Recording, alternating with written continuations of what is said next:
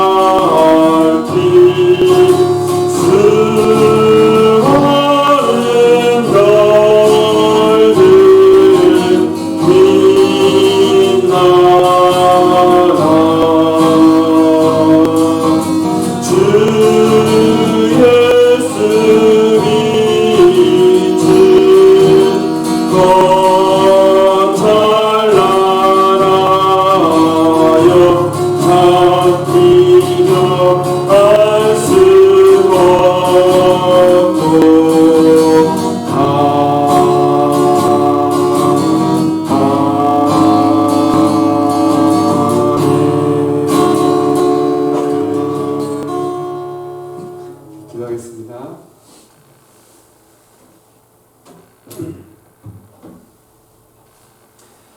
참 좋으신 하나님 아버지 감사합니다. 언제나 저희들을 이렇게 사랑해 주셔서 하나님 주의 날을 구별하여 우리가 주 앞에 나와 예배를 드리게 하여 주시고 특별히 이 하루가 정말 그리스도 안에서 우리가 마음껏 주님을 경배하고 주의 보좌 앞에 있게 하신 하나님 참 감사합니다.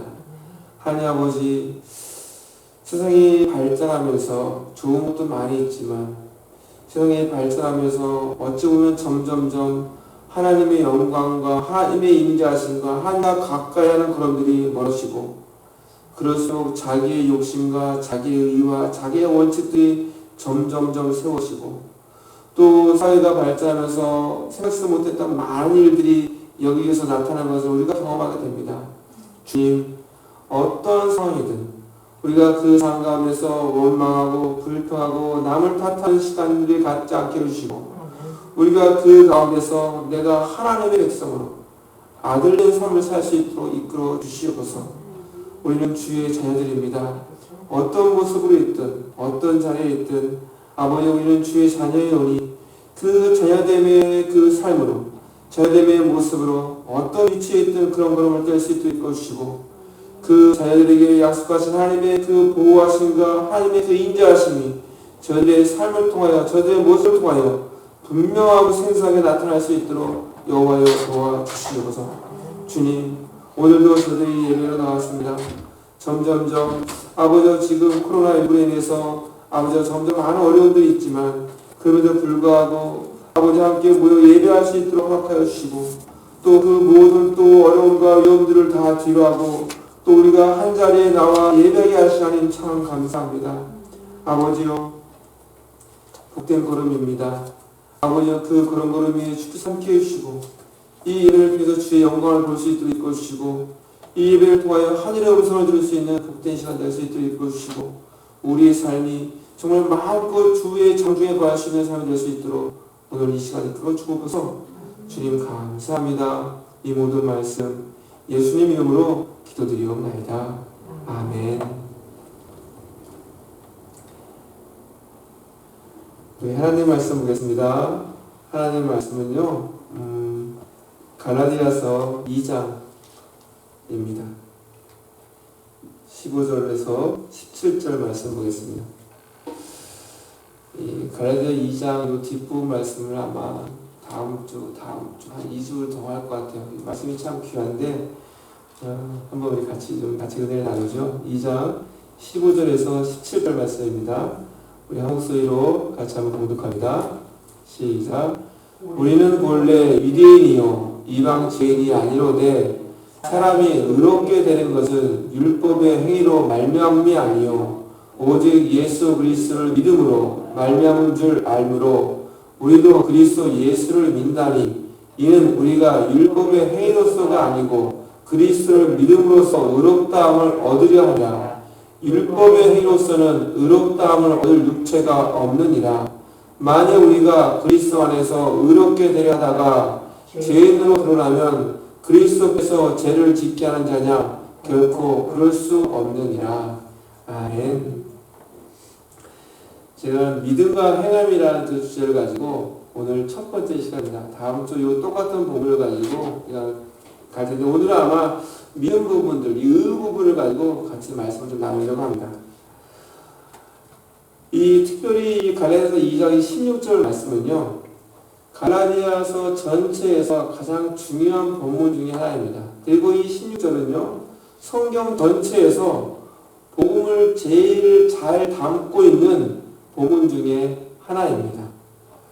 오늘 본문에서 두 가지의 개념이 등장합니다. 하나는 의롭다 하심을 받다, 또 의롭다 하심을 얻는다는 개념이고, 또 하나는 의롭다 하심을 받는 방법으로서 그것이 율법의 행위가 아니라 믿음으로. 이 두 가지가 갈라디아서 전체를 지배하는 가장 핵심 사상이라 할 수 있습니다. 여러분 어떠세요? 흔히 우리가 이게 복음이 우리에게 가져온 결과, 그러니까 우리가 예수님을 믿어서 얻게 된 결과를 우리가 어떻게 알 수 있나요? 우리가 그렇게 표현합니다. 나는 복음이 또 예수님을 믿어서 나는 구원받았어. 할렐루야. 그렇죠? 그렇게 표현할 수 있습니다. 또 나는 죄 용서 받았어. 그렇게도 표현할 수 있습니다. 또 오늘 본문에서 어떻게 표현하고 있냐면 의롭다 하심을 받았다 이렇게 표현하고 있습니다. 이 구원이 아주 풍성하기 때문에 한두 단어로 그 구원을 다 표현하지 못하고 다양한 단어를 가지고 그 구원의 풍요로움을 우리에게 좀 전달하고 있는 거예요. 특별히 우리가 이 죄가 용서되는 것은 이 구원을 설명할 때 어찌 보면 제일 소극적이고 작은 개념이에요. 근데 이 죄 용서를 통과해야 그때부터 어떻게 해요? 정말 구원해주는 은혜의 영광을 볼 수 있게 되고, 그것이 첫 번째 관문이에요. 죄 용서를 받는다는 것이. 제일 중요한 관문 중에 하나이기 때문에 우리가 구원을 죄 용서와 연결 지을 때가 아주 자주 있어요. 그렇지만 구원은 죄 용서보다 훨씬 큰 개념이에요. 죄 용서가 소극적이라면 조금 넓고 적극적인 의미에서 의롭다 하심을 받아라는 표현이에요.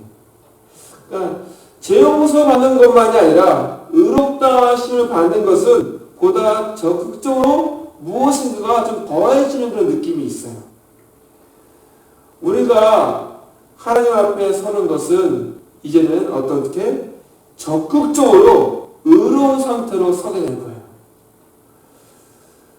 구원이라고 부르는 것은 하나님 앞에 의롭다 하심을 입은 성도들에게 임하는 모든 부요와 풍요를 합쳐놓은 개념이 이 구원이라는 개념이에요. 그러니까 굉장히 크죠. 이게 너무 풍성하고. 그래서 하나님은 우리를 의롭다 하시는 걸 받다는 그 표현이 뭐냐면 바로 이런 표현입니다. 하나님 보시기에 너는 옳다. 하나님이 너는 옳다. 너는 참되다. 이렇게 말씀하시는 것이 의롭다 받는 겁니다.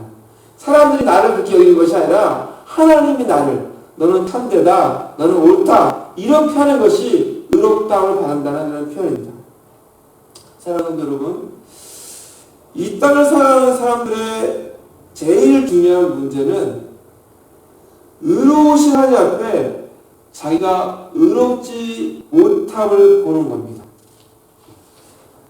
하나님은 의로우신데 나는 의롭지 못한 것을 알게 되면서 경험되는 하나님과의 거리가 있습니다. 그렇죠? 하나님과 사람 사이가 가까워지는 것이 아니라 그러면서 도리어 좀 멀어지는 겁니다. 그리고 그 거리가 멀어지면서 또 마찰도 생기고 또 하나님을 생각할 때마다 뭔가 끊어오는 눌림이 있는 겁니다. 그게 인생의 제일 그 중요한 문제의 뿌리가 뭐냐면 바로 그런 부분입니다. 내가 의롭지 못한다는 의로운데 거기서 오는 어떤 그런 문제들 그러면서 하나님께 더 가까이 가는 것이 아니라 하나님을 생각하면 뭔가 눌림이 있고 뭔가 자꾸 마찰이 생기는 그런 부분이 우리가 있다는 겁니다. 그래서 오늘 본문 15절에 이렇게 이야기합니다. 우리는 원래 유대인이요 이방 죄인이 아니로되. 이게 누가 이야기할까요? 그러니까 유대인들이 이야기하는 겁니다. 보통 그렇죠? 모든 사람은 모두 이런 방식으로 살아갑니다. 이방인들은 율법도 없고 율법도 지키지 않고 그러니 적극적으로 하나님 앞에 죄인으로 드러날 수밖에 없어요. 그에 비하면 유대인들은 율법도 가지고 있고 순종하는 자신들에 비하면 이방인들은 죄인인 거예요. 그들이 어떻게 그렇게 여기는 거예요. 나는 이방인보다 내가 더 의로워. 이런 기준을 가지고 사는 거예요. 이런 기준이 오늘날 모든 사람들 전부가 자기를 이런 기준으로 평가하고 있어요. 바로 그것이 상대적인 기준을 가지고 자신을 평가해요. 그래서 언제나 문제의 근원을 깨닫지 못하는 것이 사람들의 제일 큰 불행의 뿌리라 할 수 있어요. 이 문제의 근원을 해결하지 않으면 절대로 해결되지 않아요. 제가 이게 해마다 저희 집에 그 블랙베리를 쳐내는데, 그러면 그 다음에 그 블랙베리가 없으니까요? 또 나와요. 더 굵게. 왜 그럴까요? 문제의 근원이 그 뿌리를 다 캐지 않는 한 아무리 쳐내도 소용이 없다는 거예요. 바로 그런 부분이에요. 우리 공동체도 어떤 분들은 공부를 많이 한 분이 있고 어떤 분들은 그렇지 못한 분이 있어요. 공부를 제대로 못했고 또 공부를 하긴 했는데 잘 못했어요. 그럼 그런 분들은 이렇게 생각해요. 아, 나는 공부를 못하는구나 라고만 생각한 것이 아니라 그래도 나는 인간성이 좋아. 이렇게 상대적인 기준으로 자기를 평가한다는 거예요. 공부를 많이 하는 사람은 자기가 한 일, 또 자기가 사회에 뭔가를 또 이룬 일, 또 상대적인 비교를 하면서 내가 낫지 않은 그런 비교의식을 가지고 있어요. 도덕적이고 윤리적으로 타락하는 사람들을 보면서 나는 저들과 다르다 이렇게 생각합니다.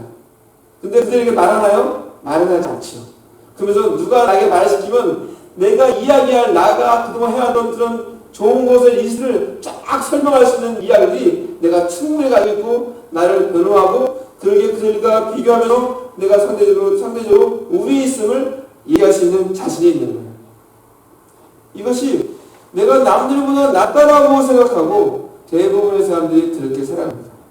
그래서 사람들은 늘 상대적 기준을 가지고 자기를 평가하기 때문에 하나님 앞에서 자기가 어떤 존재인지를 종종 잃어버려요.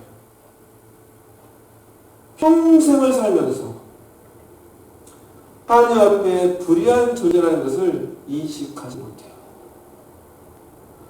나는 저 사람보다 나아. 나는 의로운 사람인 겁니다. 나는 법 없어도 나는 정직해. 나는 잘 지켜. 자기 의로운 사람입니다. 거기서 문제가 무엇이냐면 자기가 의롭기 때문에 자기가 나은 사람이기 때문에 그 사람 속에 무엇이 없냐면 회개가 없어요. 이것이 얼마나 큰 문제인지를 깨닫지 못해요. 그런 종의 뿌리를 해결해야 되는데 그것을 해결하지 못하고 그저 상대적인 비교를 통해서 나는 나은 사람이야 라고 계속 자기를 지키고 올리고 있는 거예요. 그러기에 오직 상대적인 가치, 즉 이 시대가 이 세상이 가장 가치 있게 여기는 것, 돈이나 지위나 업적이나 또 명예나 지위나 이런 것들에 인생을 다 쏟아붓는 거예요. 이것을 얻기 위해서 등뼈가 휘어지도록 열심히 살고 있습니다. 그것을 얻으면 어때요? 상대적인 가치를 획득해요. 사람들이 이 세계 사람들이 제일 좋아하는 것, 그걸 획득해요. 그럼 어떻게 해요? 상대적인 우위에 내가 있으면서 거기서 스스로 인생을 살아가고 자기를 그런 존재로 평가하고 스스로 만족하면서 그렇게 살아요. 그러다가 그 인생이 우리 삶이 하나님 앞에 세워지면 우리는 생애 처음으로 상대적인 기준이 아니라 절대적인 기준 앞에 우리의 인생이 서게 됩니다. 비로소 사람은 절대적 기준 앞에 자기를 보는 일을 처음 하게 되는 겁니다. 이럴 때 느끼는 그 사람의 곤혹감, 이럴 때 느끼는 그 사람의 고통을 성경은 하나님이 우리를 사랑하지 않기 때문이다 라고 얘기하지 않고 어떻게 표현하냐면 어머니 모태로부터 태어나면서 이 죄를 가지고 태어난 이 죄가 하나님과 우리 사이를 막고 있기 때문에 사람들이 하나님을 볼 때 감사하고 기쁘고 무거운 짐들을 하나님께 맡기고 자기의 삶을 하나님께 의탁해오는 안식과 쉼을 얻는 것이 아니라 그동안 내가 어떻게 살아왔어요? 대부분의 사람들이 이 상대적인 가치와 평가에서 익숙하기 때문에 그렇게 살다가 하나님 앞에 서게 되면 그때야 비로소 자기의 불의와 죄와 악함을 보게 되는 겁니다. 사람은 하나님 앞에 의롭다움을 얻기까지 사람들은 안식이 없습니다. 사람들은 자유가 없습니다. 옆에서 아무리 우리를 칭찬해도 혼자 골방에 있을 때 아무 의미 없다는 것이 명확해집니다. 수많은 돈이나 지위나 신분이나 업적을 가져도 사람들은 하나님 앞에 서서 하나님이 옳다 이렇게 말씀을 듣기까지 참 자유가 없어요. 전부 종입니다. 자기 종이 되거나 세상 사람들의 평가의 종이 되어 살아갑니다. 창세기 1장 2장에 보면 사람은 하나님의 형상과 모양으로 지음받았습니다. 사람의 모델이 하나님 자신이셨습니다. 그러기에 사람은 하나님을 만나서 하나님을 누릴 수 있을 때까지 절대로 채워지지 않는 공간이 있는 겁니다.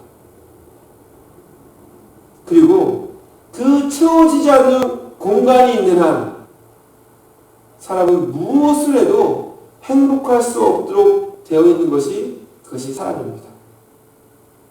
오늘 성경은 그 개념을 의라고 이야기합니다. 하나님으로 채워지는 것. 하나님으로 채워지지 않으면 하나님으로 채워지지 않은 그 빈 공간은 힘으로 있을 때 우리는 결코 행복할 수 없고 자유자가 될 수 없다는 겁니다. 그 채워주는 것이 뭐다? 성경은 그것을 의라고 이야기합니다. 대부분의 사람들이 이런 것을 인식하지 못하고 한평생 돈으로 업적으로 지위 등으로 살면서 행복해지려고 합니다. 그러나 이것이 아니라 세상에 어느 누구나 하나님께서 내가 옳다 하는 소리를 들을 때 그 영혼은 비로소 자유롭고 그때부터 삶을 삶답게 살기 시작하고 삶이 달라지고 생각이 달라집니다. 여러분 설교역정을 읽다 보면 이 크리스찬이 어깨에 짐을 메고 있잖아요. 이것을 버릴 수가 없는 거예요. 그러다가 힘들게 그 어깨에 짐을 지고 죄의 짐을 지고 고난의 언덕에 올라가고 있었어요. 그러다가 그 고난의 언덕의 정상 부분에서 십자가를 바라본 거예요. 그 십자가를 바라보고 십자가 앞에 섰을 때 자기 어깨의 짐이 탁 풀어지고 그것이 떼굴떼굴 굴러서 저 무덤 속에 들어갈 때 비로소 그는 참 자유를 느낄 수 있었어요. 이 짐이 있는 한 어떤 길을 가도 어떤 호흡이 있어도 어떤 정욕이 있어도 그는 편하지 않는 거예요. 항상 짐의 무게가 더 있는 거예요. 그러나 그 고난의 언덕 뒤에서 십자가 앞에 섰을 때 이 어깨의 짐이 풀어질 때 비로소 그 사람은 참 자유가 얻는 거예요. 이것이 어떤 것이다? 하나님이 나를 의롭다. 너는 참되다. 하나님의 그 음성을 들을 때 비로소 나는 나의 삶이 달라지기 시작하는 거예요.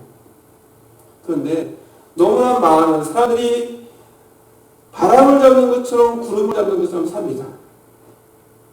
하나님과 바르지 못하기 때문에 하나님의 옳다 하시는 말을 들어야 삶이 달라지는데 그것이 아니라 스스로의 만족을 끝없이 구하면서 평생을 그 했던 것들에 지금까지 해왔던 것들에 시간과 에너지를 다 쏟아부으면서 사는 것이 이 땅의 사람들의 보편적인 삶의 모습이라는 거예요.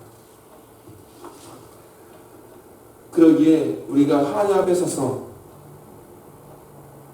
하나님이 우리 같은 어리석은 사람을 옳다, 바르다, 아무것도 있는 것도 없고 뭐 하나 내세울 것이 없는 실패자 같은 우리의 삶을 보시면서 너는 참되다 이렇게 말씀하시는 것이 무엇인지 알고 있습니까?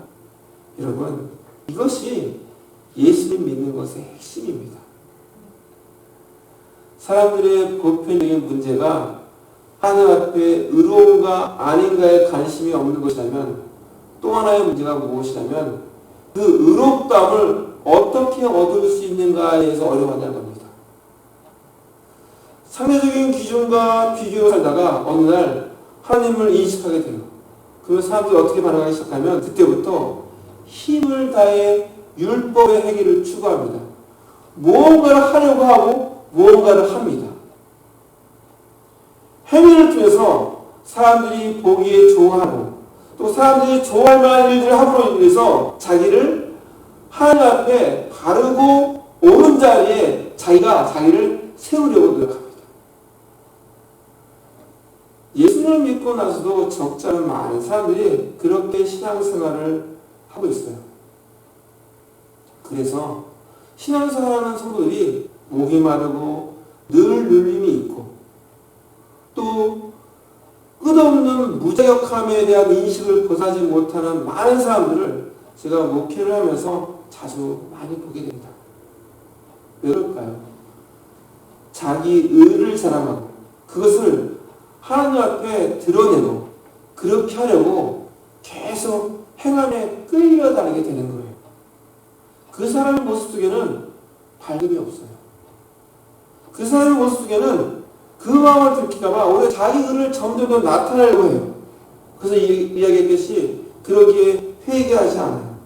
결코 죄를 고백하지 않아요. 왜? 나는 의롭기 때문에. 자기가 의롭지 못한 것을 드러내면 그걸 안 되는 거예요. 왜? 계속해서 뭔가를 하면서 나는 괜찮은 사람이야. 뭔가를 하면서 자신을 하나님 앞에 서면서 나는 괜찮은 사람이죠? 자기가 말하는 겁니다. 그러면서 누구와 비교합니까? 저 사람과, 저 사람과, 저 사람과. 여러분, 이것이요. 인류 역사만큼 오래된 거짓말입니다. 거짓의 아비인 마귀가 오랫동안 사람에게 했던 전형적인 거짓말이 바로 이것입니다. 마귀가 아담에게 첫 번째 했던 거짓말 중에 하나가 이런 말합니다. 내가 선악을 아는 나무의 실과를 먹으면 어떻게 해요? 하나님과 같이 될 것이다 라고 얘기합니다. 이 신적인 존재가 된다는 것이 우리가 하나님이 된다는 것만 생각하지 마시고 그 말은 뭐냐면 하나님처럼 나도 의로워진다 이렇게 생각합니다. 어떻게? 이것저것을 하면 내가 저거 따먹으면 이것저것 하면 너도 의로워져. 이것이 율법입니다. 그러기에 그 의로워지기 위해서 어떻게 합니까? 자격을 갖추고 조건을 구비하고 또 자기가 만든 원칙 세상이 요구하는 그 항목들 사람들에게 인기 있는 내용들을 막 갖춥니다. 열심히 그런 것들 가지고 열심히 하나님의 마음에 들게 무언가를 하면 마치 내가 하나님 앞에 바르고 의로울 수 있다 라고 얘기합니다. 이것이 바로 인류의 역사만큼 오래된 거짓말이고 전형적인 기만 중에 하나입니다. 우리는요 하나님의 자녀입니다. 여러분 그런데 하나님의 자녀로 살지 않고 이웃집 아들로 삽니다. 어떤 생각했을까요? 그 집에 아들이 있는데 이웃집에 아들이 그 집에 놀러 왔어요. 그러면 이 놀러 온 아들은 어떻게 해요? 그 집에 어른에게 잘 보이려고 뭐 단정하게 말시고 잘하고 또 이렇게 나름대로 이렇게 그럴싸한 행동을 하면서 또 인정받으려 하고 나는 괜찮은 사람을 얘기합니다. 그런데 그에 비해서 이 아들은 이 이웃집 아들보다 그 집 아들인데 어떡할까요? 더 많은 걸 해야 됩니다. 뭔가 준비해야 되고 뭔가를 해야 됩니다. 근데 그 하는 것이 똑같이 뭔가를 해도 다르다는 겁니다. 이웃집 아들의 위치에서 뭔가 할 때하고 내가 그 집 아들로서 뭔가 할 때하고 똑같이 하는 것 같은데 다르다는 겁니다. 근데 우리가 신앙생활 하면서 그렇게 한다는 겁니다. 나는 하나님의 자녀로서 내가 말씀을 지키고 하나님의 자녀로서 내가 그 말씀에 합당한 걸음을 떼려고 하고 내가 하나님의 자녀로서 하나님 기쁨이 되어진 걸음을 하려고 하는 거하고 그저 어떤 이웃집 사이에 와가지고 그 하나님의 자녀가 아닌 그냥 내가 사람이라면 그런 걸 지켜줘야 돼. 그 사람들이 좋아하는 것들, 사람이 옳게 해주는 것들, 그런 것들을 하려고 애쓰습니다. 그 사람들은 그 사람을 좋은 사람, 훌륭한 사람 이렇게 이야기합니다. 그래서 사람들은 계속해서 도덕적으로, 종교적으로 열심을 가지고 무엇을 합니다. 세상의 모든 종교가 다 그렇게 이야기합니다. 교회에서 신앙생활도 그렇게 합니다. 그리고 그렇게 하지 않은 사람들을 평가합니다. 여러분, 오늘 11절 후반절에 정확하게 이야기하고 있습니다. 율법의 행위로서는 의롭다 하심을 얻을 육체가 있다 없다? 없는 자. 어떤 것도 없습니다. 율법의 행위로서는 의롭다 하심을 얻을 육체가 없다라고 성경은 정확하게 정의하고 있습니다. 여러분, 우리가 계명이나 율법의 몇 가지 정도는 지킬 수 있고 어느 정도 행할 수 있어요. 그렇지만 율법을 온전히 지킬 수 없어요.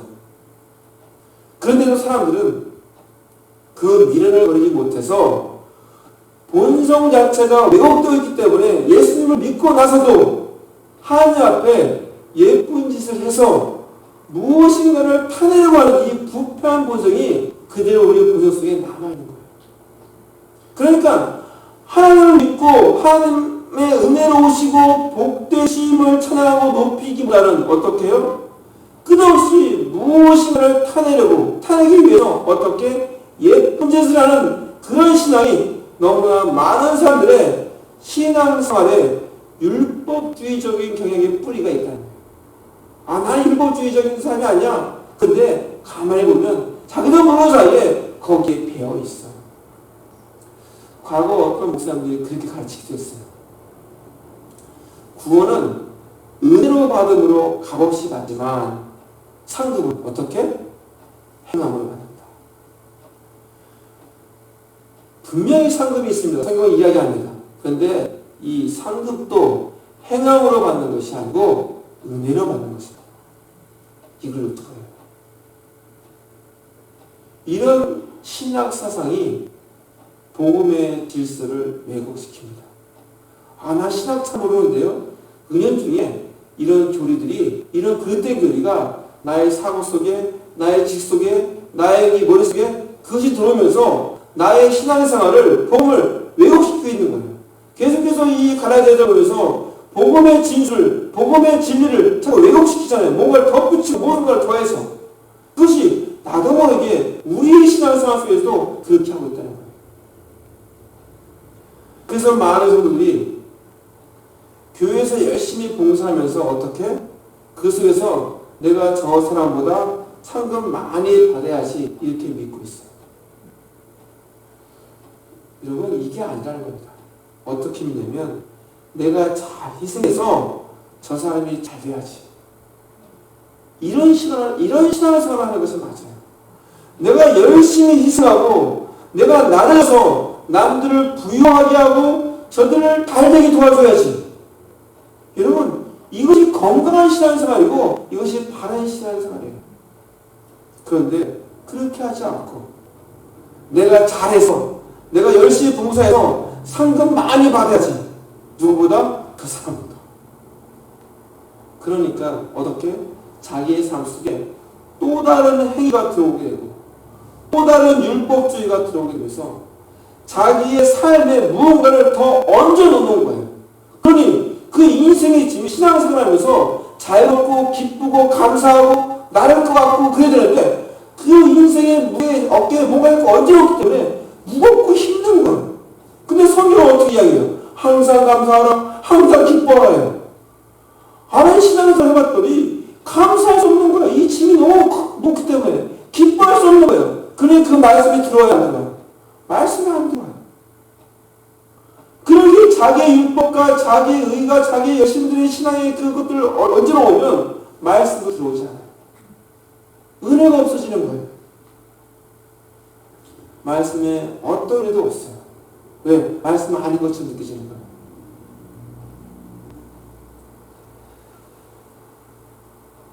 교회에서 사람들이 어지간히 예수님을 믿어도 남들에게 관대하고 남들에게 종살이 하는 성도를 만나보기가 쉽지 않아요.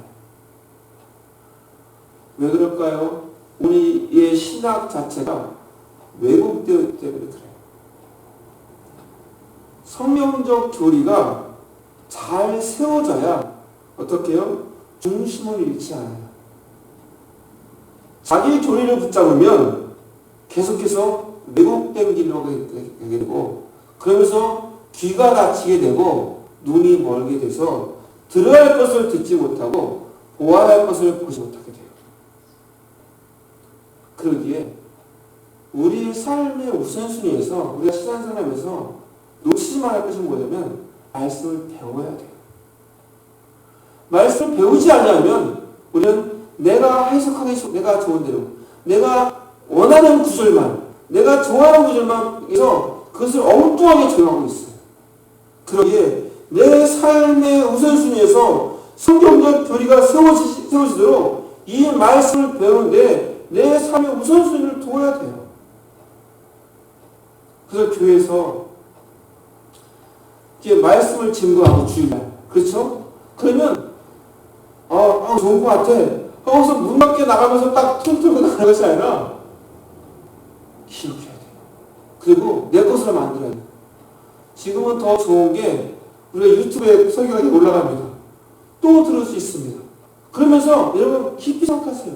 그리고 그 말씀의 교리들을 체계적으로 만들었어요. 그래서 제가 요즘 새벽 예배를 드리면서 우리 그리스도인들이 마땅히 기본적인 삶의 교양들을 계속 읽어오고 있어요. 이건 그리스도인이라면 마땅히 그런 데를 가야 되는 어떤 그런 셀프들이에요. 그것을 내가 받는 거예요. 그리고 우리가 지금 코로나 때문에 같이 말씀을 공부하지 못하지만 다시 이것이 해결되어지고 또 말씀을 같이 공부하고 배울 때 어떤 시간보다도 그 시간에 나의 우선순위를 둬야 되는 거예요. 누구를 만나고 어디 가는 것보다도 그게 더 중요해요, 사실. 그래야 나의 신앙의 교리가 바르게 세워지고 그것이 나의 지식이 그때 나의 모든 지식들을 다 정리시켜주고 온전한 지식이 생길 때 우리는 그때부터 자기의 의를 쫓아가지 아니하고 내가 하나님 앞에 의롭게 되려고 하나님 앞에 하나님이 나를 의롭게 하시는 것을 기뻐하는 그 길을 가기 시작해요. 우리가 행위를 가지고 하나님 앞에 우리는 행위를 가지고 하나님 앞에 설 수 있는 존재가 결코 아니에요. 율법의 행위로 율법을 지켜서 하나님 앞에 의롭다 하심을 받을 자가 아무도 없어요. 오직 믿음으로 구원하시는 이유가 바로 그것이에요. 어떤 율법으로도 율법을 지켜서 그 구원을 얻을 수 있는 자가 아무도 없기 때문에 하나님께서 우리에게 주신 은혜예요. 아무도 행위로는 구원을 받을 수가 없다는 거예요. 자격을 구비하고 율법을 지키고 선을 행하는 상에서 하나님 앞에 구원을 이룰 자가 아무도 없어요. 그러기에 우리가 상대적인 기준을 내려놓아야 돼요. 오늘 말씀을 나누면서 두 가지 기억하시기 바랍니다. 제가 정리할게요. 먼저는 우리가 절대가이신 하나님 앞에 서야 한다는 겁니다. 우리는 하나님의 형상으로 지원받은 존재이기 때문에 하나님이 채워지지 않으면 그 어떤 모습도 채워지지 않는 그런 존재입니다. 그렇죠? 그리고 그 어떤 사람도 우리의 기준이 될 수 없어요. 우리의 비교 대상이 될 수 없어요. 우리는 그 누구도 아닌 하나님께 의롭다 하심을 얻어야 행복한 존재입니다. 그러면 우리의 영이 종의 영이 아니라 하나님을 아빠, 아버지와 부르는 자유의 영을 맛보게 되는 겁니다. 먼저 우리가 절대적 기준인 하나님 앞에 내가 세워진 거고 그분으로 내가 채워지는 것이 먼저입니다. 그리고 또 하나는 우리가 의롭다 하심을 얻는 방법은 절대로 우리의 어떤 행위로도 그 어떤 율법을 지킴으로가 아니라 어떻게요? 믿음으로입니다. 그러기에 우리는 결코 교만할 수 없는 존재입니다. 그렇죠? 우리가 교만하는 것은 우리 성도들 신앙생활하면서 우리 성도에게 전혀 어울리지 않는 또 있을 수 없는 단어 중에 하나가 이 교만이라는 단어입니다. 왜요? 내가 믿음으로 그렇게 되는 것을 안다면 그것을 안다면 그럴 수밖에 없어요. 그리고 그거는 예수님이 우리의 인생을 살리기 위해서 십자가를 지으신 것처럼 우리도 그 길을 감사함으로 기쁘게 가는 자입니다. 이 분명한 교리가 내게 세워질 때, 이 분명한 교리가 내게 있을 때 우리 성도들의 삶이 발견될 것이고 그 행동들이 온전하게 될 거예요. 이게 믿음입니다. 여기서는 믿음입니다. 그러면 이 믿음은 다 돼요? 행함이 없어요? 다음 주에 제가 계속해서 이어서 말씀할 겁니다. 중요한 건 먼저 이 두 가지 교리입니다. 이 두 가지 교리가 이번 한 주간 동안 또 곱씹고 곱씹어서 정말 내가 그럴 때 이 교리에서 벗어나는 나의 모습이 무엇인지 그런 것들을 하나하나 걸러내고 다시 한번 하나님 앞에서 믿음으로 의롭게 되는 그 길을 걷는 저와 우리 협회의 모든 성도들 되기를 주의 이름으로 축원합니다. 네, 기도하겠습니다. 사랑의 하나님 아버지 참 감사합니다. 저희들을 사랑하여 주셔서 말씀하여 주시고 오 주님 우리의 비교의 대상이 결코 이 세상이 아니라 자기 자신도 아니라 오직 절대자이신 하나님 앞에 설 수 있게 해주시고 하나님께서 우리를 자신의 형상으로 자신의 모양으로 빚으신 것처럼 우리가 그런 모습으로 우리 영이 채워질 수 있도록 하나님으로 채워질 수 있도록 아버지를 도와주셔서 하나님 그 길을 위해서 주께서 우리에게 믿음을 갖게 해주셨고 그리스도의 보혈이 우리를 위해서 흘리심을 아오니 주님 그 보혈의 공로로 그 은혜를 입어 믿음으로 다시 태어날 수 있도록 해주시고 이제는 하나님의 자녀로 살게 해주시고 이웃집 사람으로 어떤 개구로 사는 인생이 되지 않도록 저희들을 지켜주시옵소서. 이번 한 주간도 이 분명한 교회 안에서 우리가 자유하며 기뻐할 수 있는 귀한 하루가 될 수 있도록 저희의 걸음을 지켜주시옵소서. 주님 감사합니다. 이 모든 말씀 예수님 이름으로 기도드리옵나이다. 아멘. 우리 찬송가 338장 하면서 하나님께 한마디 하겠습니다. 338장입니다.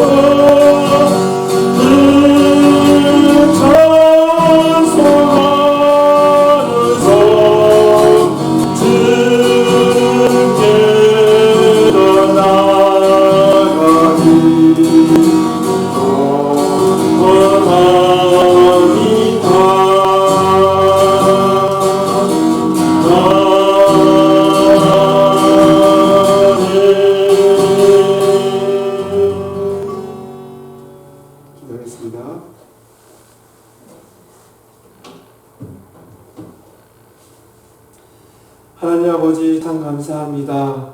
저희를 사랑하여 주셔서 주의 자녀 하나님 백성 삼아주시고 또 저희를 사랑하여 주셔서 예배자로 이렇게 자리에 함께 하신 하나님 참 감사합니다. 주님의 은혜, 주님의 사랑에 감사하여 또 주의 뜻을 구별하여 또 주의 예배를 위하여 준비한 우리의 손에 헌금들을 아버지 그 마음들을 기뻐 받아주시고 우리 성도들이 줄이고 힘들지 않게 해주시고 우리 성도들이 더욱더 아버지 그 손을 부하게 해주셔서 마음껏 하나님 앞에 쓰임받는 하나님의 나라를 확장하는 데 쓰임받는 복된 손 될 수 있도록 여호와여 도와주시옵소서. 교회가 그런 마음에 모아져 하나님이 기뻐하시는 재단, 예배가 살아있는 재단, 말씀이 선포되어지는 그런 재단 될 수 있도록 여호와께서 지켜주시옵소서. 이제는 우리 주 예수 그리스도의 은혜와 하나님 아버지의 그 크신 사랑과 성령님의 보호하시고 인도하시고 교통하심의 은혜가 오직 하나님 앞에서 자신을 평가하고 하나님이 기뻐하시는 믿음의 경주를 해나가는 우리 성도들의 걸음걸음 위에 그 삶의 중심 위에 이제로부터 영원토록 함께 있을지어다. 아멘.